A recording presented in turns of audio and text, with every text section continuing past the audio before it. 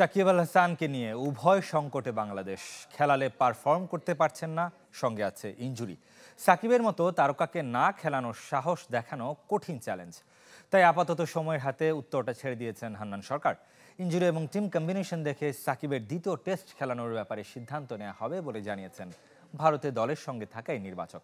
রোববার ক্রিকেটের বাইরে বিশ্রাম কাটিয়েছে বাংলাদেশ দল। চেন্নাই থেকে আশিক রুদ্রের রিপোর্ট। ডিজাইন, এলিগেন্স, বিউটি, সেরা পণ্য সবার জন্য জেভিকো।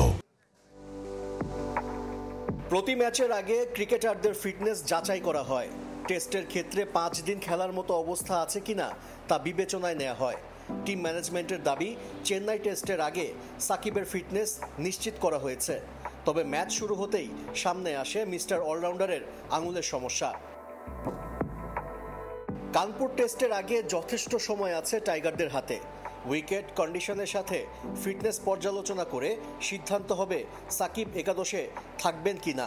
কারণ 3 ম্যাচের টি-20 সিরিজ নিয়েও ভাবতে হচ্ছে টিম ম্যানেজমেন্টকে।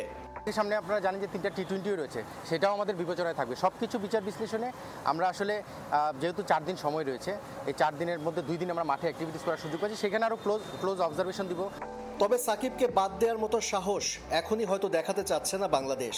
টিম কম্বিনেশনের সুবিধার্থে তাকে একাদশে রাখার জন্য শেষ মুহূর্ত পর্যন্ত চেষ্টা করবে।